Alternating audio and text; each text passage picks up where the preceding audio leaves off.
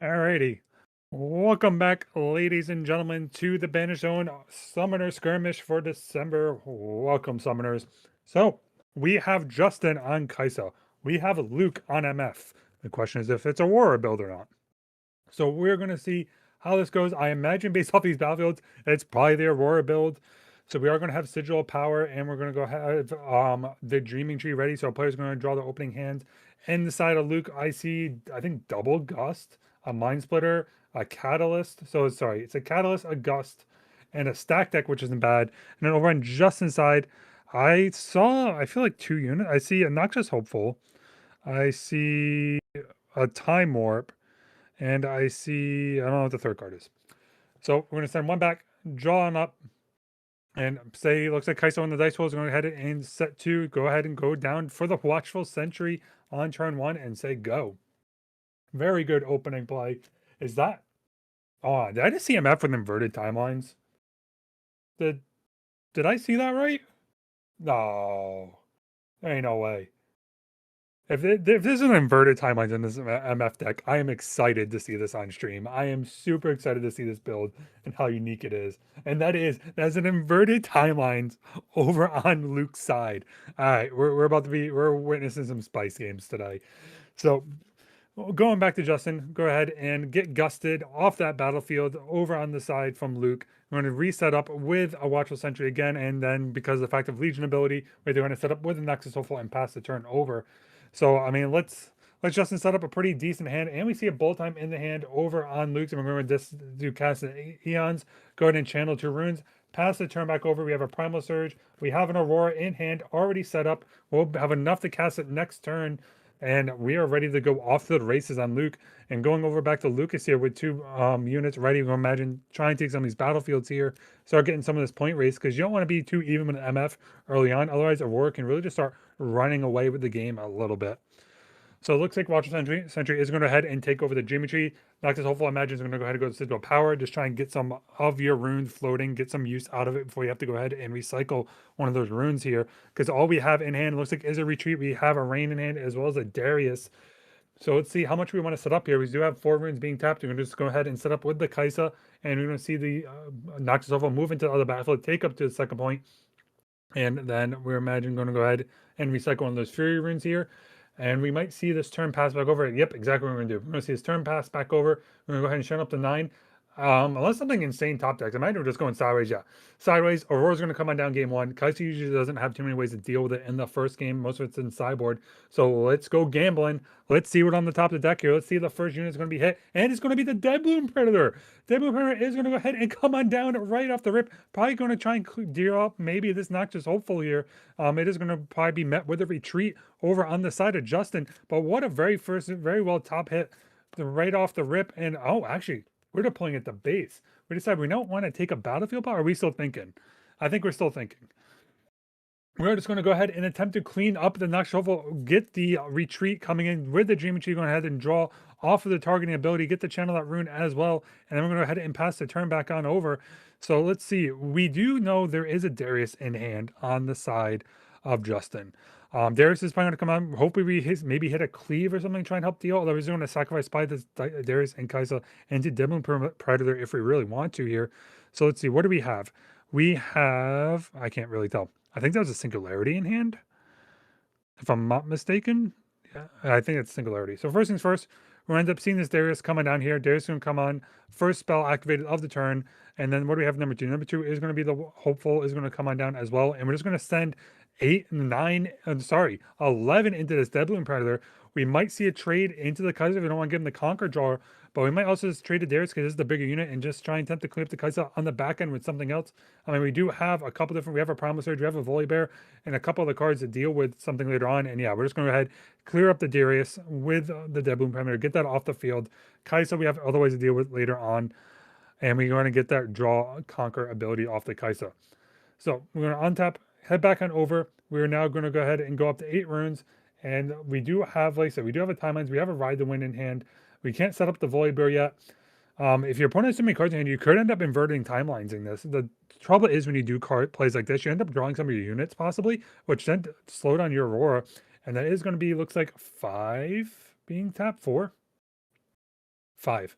5 is going to go ahead and be activated. 6 is going to go ahead. Oh, looks like we're going to go ahead and float 6. Possibly. No. Okay. That's why I saw bullet time. I was really confused. So we are going to see the Misfortune come on down here. Misfortune is going to go ahead and attempt to clean up the Kaisa with active ability. This is going to go ahead and untap one of the runes here instead of floating to activate. We're going to go ahead and see the retreat come back on the Kaisa. Go ahead and get to draw a card with the Dreaming Tree as well as the retreat to go ahead and channel that rune. And we're just going to pass it over with Kaisa holding it. And wait a minute. That's it. We don't miss. Yeah. The word trigger has to happen. We're going to see Aurora off the top, stack deck, and another Deadbloom Predator is going to come out. Both Deadbloom Predators off the top here. Just throw it into the Noxus Hopeful. Clean up the Noxus Hopeful. And we're going to sit to be stuck with a Kaiser Singularity in hand on the side of Justin. But we do end up having, like I said, that Singularity can clear up this Misfortune and possibly target Deadbloom Predator. And we'd have to, okay, we are going to go ahead and recycle one of these runes for the Sigil of the Storm battlefield here. But man, that is two devastating top decks off the top for Justin. Really good hits for Luke, though, as we try and stop his future turns. And now let's see, what do we have? So we have 2, 4, 6, 8, 10 runes, I think, right? 2, 4, 6, 8, 10 runes on the side of Justin. You can Singularity with something off, and then maybe try and swing this Watchful Sentry into the Devil Rune just to clear it up. You do have to recycle a rune, though, for the deflect ability. But it is a way to try and clear up these battlefields as quickly as possible. So that might be a line. We do have, looks like a Lecturing Yordle in hand, a double Rain in hand. Rain's going to be a little bit a hard hit. I can't imagine we're going to be raining. I imagine if we're going to rain, might as well just end up doing the Singularity and then try and get the clean up on the back end. Because I think we also have a Falling Star in hand, which doesn't get around it either. So yeah, we are going to go ahead, pay for, tap Kaisa, recycle rune. Singularity is going to come on down, pay 1, go 6 into Misfortune, 6 in the Deadbloom Predator. 6 damage is going to be sitting on this Deadbloom Predator to clean up with the Watchful Sentry.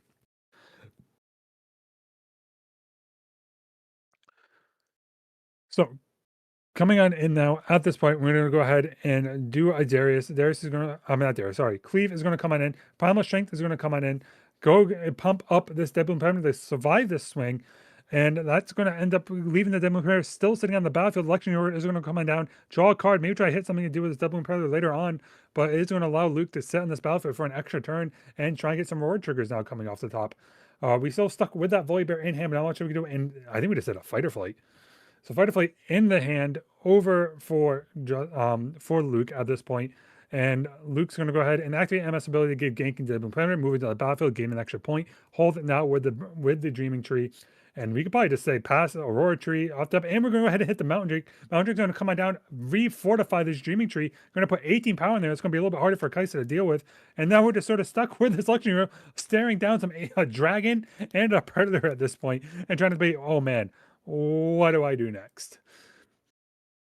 So looks like like I said, we have the rain in hand. We can rain. We could probably clear up just Mountain Drake if we wanted with the rain.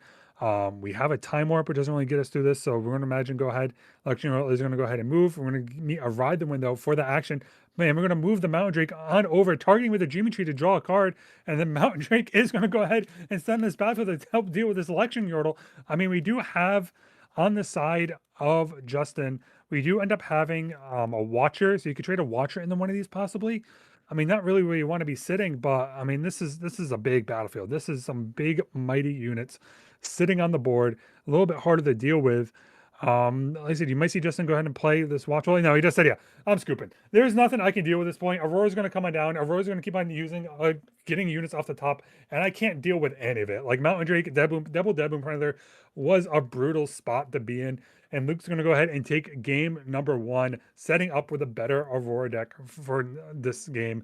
And now I imagine coming in the sideboard, you're going to see both Thermalgenic Beams coming on out. Over from Justin, going to come in the sideboard to help deal with those Auroras. You're going to see, depending on what river, I don't know what this sideboard is. I just know at least Thermalgenic Beams are going to come on in. We're probably going to cut maybe a Time Warp. Maybe a retreat. Actually, I can't imagine a retreat, but you might be able to cut something like a Falling Star, though. Falling Star doesn't really kill too much in this matchup. Falling Star can really hit MF, but everything else is usually above an 6 might. So Falling Star doesn't really hit it. So Falling Star will be an easy cut for a sideboard option. Now, if we're going over to Luke's side, Luke, what do we sideboard in? Do we have a paper? Do we have a? We do. I respect it. I respect it.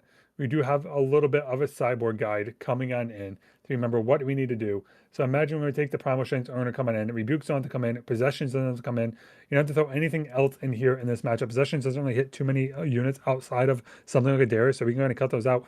You could, what do we, oh, Confronts. Okay, Confronts is going to be cut. And then I think one of the Toots, one of the Trumpets will be cut as well on the side of Luke. And we're going to go ahead and shuffle up into game number 2 here, get our battlefields ready and get ready to go. So let's get this shuffles going. I think Justin's done sideboarding, unless he's still, nope, Justin is still sideboarding, trying to figure out exactly what he wants. I will say though, I do like those shields on Justin's side, but shield, you know, the sleeves aren't as good as one of our sponsors, FCBC. So make sure you check them out if you're looking for some good sleeves, some binders, some other really good competitive TCG accessories.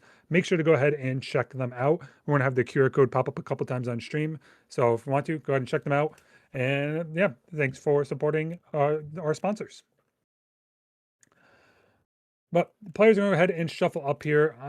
Let's see what battlefields we have ready. I imagine what might come out on Luke's side if he's running it is going to be the one that costs an extra point to win the game. So the games now go up to 9 versus 8 points. Might come out especially because you're on the draw, not the play. So slowing down the game a little bit will be beneficial in your favor.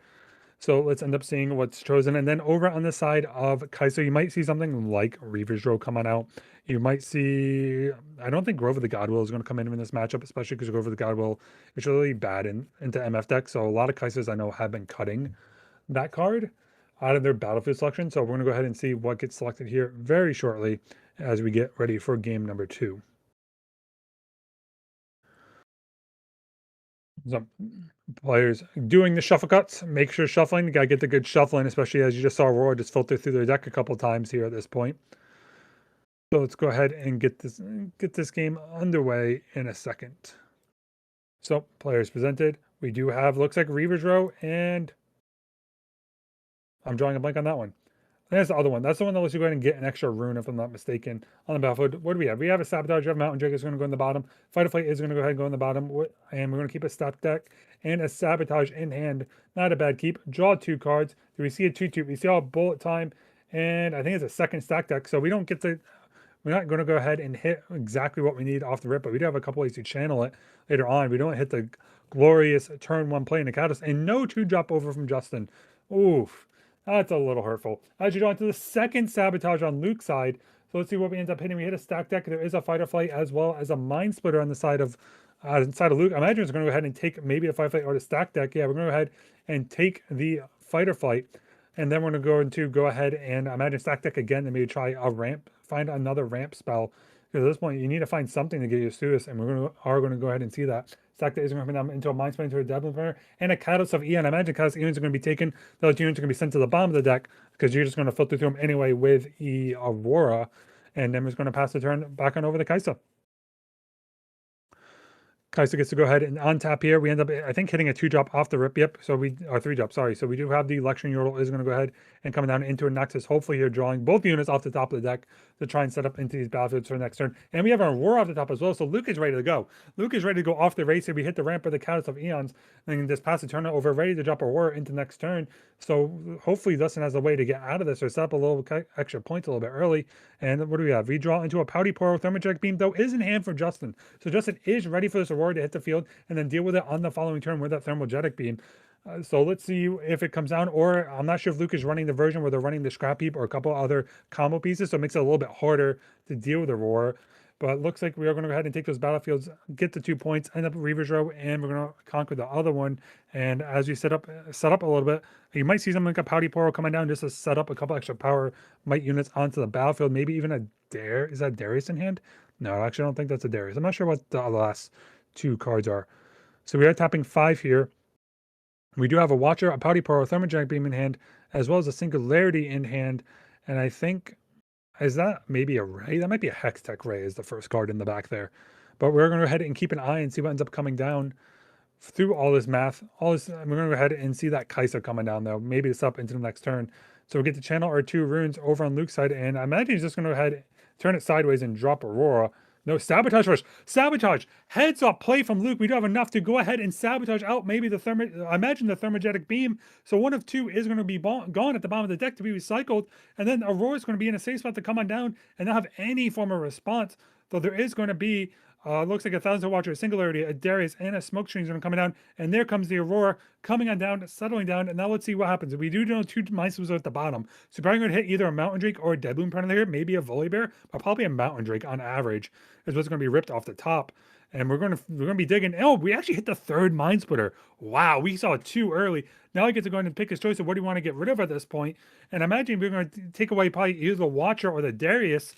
So let's see what ends up coming down. What do we have options? So there is a choice where we get rid of Thousand Tail Watcher. Smoke Screen does become a hindrance, but you can attempt to clear up something like the Yordle later on. Darius also becomes an issue as well because you know the fact you don't have your second Mind Splitter. Your second Mind Splitter is at the bottom of the deck, or your other two, I should say. So yeah, Mind Splitter is going to go ahead and take this Thousand Tail Watcher here. Just try and set up, maybe take these battlefield. You have to fight a fight to deal with something like the Darius coming down as well. So passing the turn over, setting up into a really strong turn for Luke going forward. As now Justin's going up to 4 points. Kaisa's in hand, Darius in hand, and we're going ahead and draw a card off the top. What did we draw? The second Thermogenic Beam? That is the question. I don't think we did. We didn't just windmill slam it, so I can't imagine we didn't hit the second one. So Election Hero is going to go ahead and retreat here. Justin's going to pretty much go ahead and play for the retake line, especially because now Luke's going to have a lot of big bodies. You have to set up a way later on, and it is going to be a Darius who's going to come on down with 4 cards left open. And I think we're going to head and set up with the Pouty Portal, end up untapping. Now, you could end up setting up into this other battlefield. No, I think, yeah, we're going to go ahead and pass. We just want to go ahead and set up some big bodies to play some retake on the next turn here. Flip 2 runes over, draw a card. Ride the Wind is available. Actually, Ride the Wind, no, it's a Gust. Gust is available as well as the Inverted Timelines. I don't think Luke wants to Inverted Timelines here, especially because we have the second Sabotage. Is this going to be pretty much a gamble of when do we want to hit and get rid of, or just pull the trigger and see if we can maybe hit the second Thermogenic Beam? I mean, we have enough runes, but we're pretty much going to be open room in the past, but it does leave open the line where you can sit there and use bullet time to clear up a battlefield if it ends up getting too congested. But Luke's taking a hard think here. In the think tank, we have the Gust. There is, what's a Fight or Flight? Yeah, it's mostly just a lot of reaction. So imagine just go ahead and do the contest here into the Noxious Hopeful, which can run away now with that Reaver's Row if it is wanted to, which might end up happening. We're going to end up seeing the Smoke Screen coming in, end up getting Mind Splitter down to 3 costs, and then which will end up giving the Noxious Hopeful a trade into the Mind Splitter into, looks like it is going to be a Fight or Flight coming out here in the side of Luke to take that battlefield uncontested, being able to reach the Mind Splitter later on if Justin ends up overcommitting. And I think we're just going to end up seeing a turn pass and then a roaring off the top. And like I said, it's going to be probably a Mountain Drake or something. And we're just going to pull the trigger. We're going to see, okay, you know, I hit 2 cards. We have Darius still in hand as well. We got rid of this thing. We got rid of the Singularity. We stuck at the bottom of the deck. We'd end up hitting the secondary form of, say, like a Thermogenic Beam. Now we're going to sit there and pay 5 runes, drop MF. Looks like not accelerated. MF's going to probably come in for next turn if needed. Leave 1 rune open for the bullet time as well, and then pass the turn on over. Oh, and off the Aurora trigger, we do end up hitting the Volibear, punishing any moves into the secondary battlefield. It's going to allow Luke to draw some extra value cards into this. Let's see what ends up Justin's able to do. We're going to end up channeling 2 runes here. Did we hit the Thermogenic Beam off the top? We did. Thermogenic Beam was ripped off the top for Justin. Being able to Thermogenic Beam this Aurora off the battlefield now. Go ahead and pay our runes. Pay the extra. Thermogenic Beam is going to come on down. Get rid of the Aurora off the battlefield. There isn't a second one in hand from Luke. So we're going to go ahead and pass turn over. Darius is going to come on in untapped here because the fact that it is the second pretty much play card for the turn. And now we're going to sit there and do some math on just side. How do we want to deal with a Volibear and a Mind Splitter? Because we're going to have to get these off the battlefield as much as possible. But there could be the flip side here. If Justin overcommits, there is the fact that Bullet Time is in hand. Bullet Time could come in and end up clearing the battlefield of all these big units on the side of Justin if he ends up overcommitting. So you have to sit there and do the math a little bit. Double Darius here is 714. We do have 714, 16, 20 might on the side of Justin versus 17 on the side of Luke. So the question is, how much do we want to commit into this battlefield? How much can we overcommit running into something like this? But if Luke does end up bullet timing, it does end up using most of the resources on the side of Luke. So it would end up using up most of the runes, and we're just going to go ahead and commit 9, 10, 11 11 might is going to have to come down. Imagine maybe try and clear up something like this Volibear, and then Kai'Sa can be free to move to the other battlefield to conquer to draw a card without giving Luke an extraordinary card. And it is playing around Bolt Time really well. And you can't even Gust at this point, because if you Gust, Volt Time is not available to you. So really heads up play from Justin at this point. It looks like Luke is going to go ahead, though, and go into the think tank a little bit, figure out what we want to do, what's going to be the most valuable card we have in our hand. And it might just be we're going to lose this Volibear, but no, instead we are going to go ahead and Volt Time.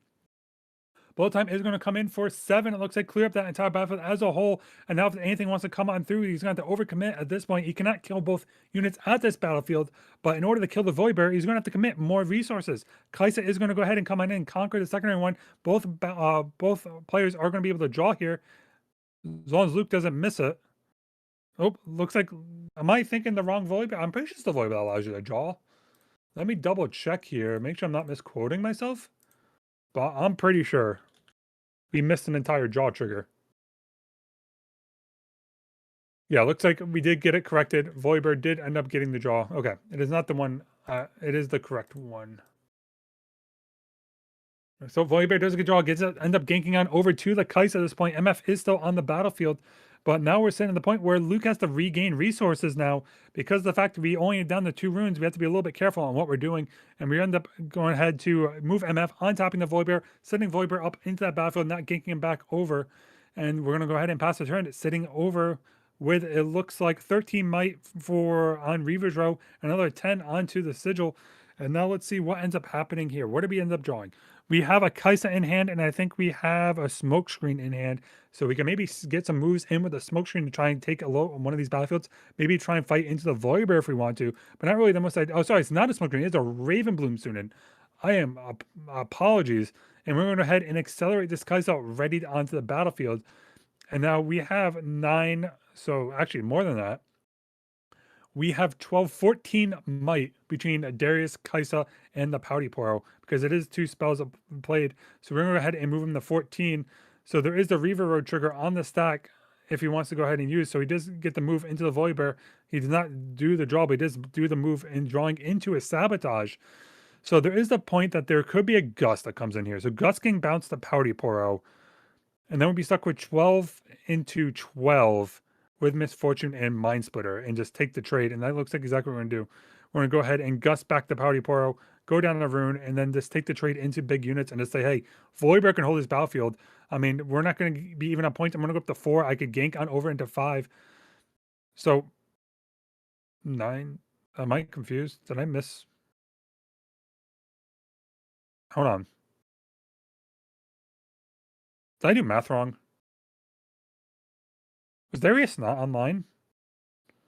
Did we 1 spell, not 2? We might have 1 spelled. I swear we cast 2. All right, sorry, I misdid math apparently. I missed that. So it looks like, yeah, both these units can sit here at this battlefield now. We do end up having a private surge, so that's unable to be casted. Inverted timelines, I definitely part of their in hand as well. We're going to see that looks like the mech coming down. The glorious 7 energy, 8 might mech is going to pass on over the turn here. Going to sit there and hold 2 battlefields. And we end up drawing a Soul Gorger on the side of Luke here. But we do end up now having the 5 runes available, so we can Primal Surge into our next turn to make it a little bit harder to be dealt with if he wants to overcommit into something. And just pass the turn back over. Yeah, there's no need to overcommit. You're holding these battlefields. You're just trying to draw into an Aurora. Your opponent has no cards in hand. You don't want to fill them up anything with inverted timelines. So you could just play pass and just end up trying to Primal Surge if you need to. And then you can also run away with Misfortune with the Reaver's Row, and then just attempt to get the hold. We are going to see a Falling Sword coming down. I imagine we're just going to go ahead and target the Misfortune to try and clear it up. Yeah, Misfortune is going to go ahead and be cleared up. I'm going to end up sending everything over. And like I said, there is a Primal Surge in hand. It's going to go ahead and give it +7 up to 17. And that is going to do it. Luke is going to take the game and a match versus Justin 2-0 MF with a very dominating performance from Misfortune at this point. I could see why people are playing Misfortune very heavily. This matchup, when you hit Aurora, you hit things hot and you run pretty much as hot as you can be. And this, I think it's probably the second most represented deck here at the Summoner Skirmish today here at the Banish Zone.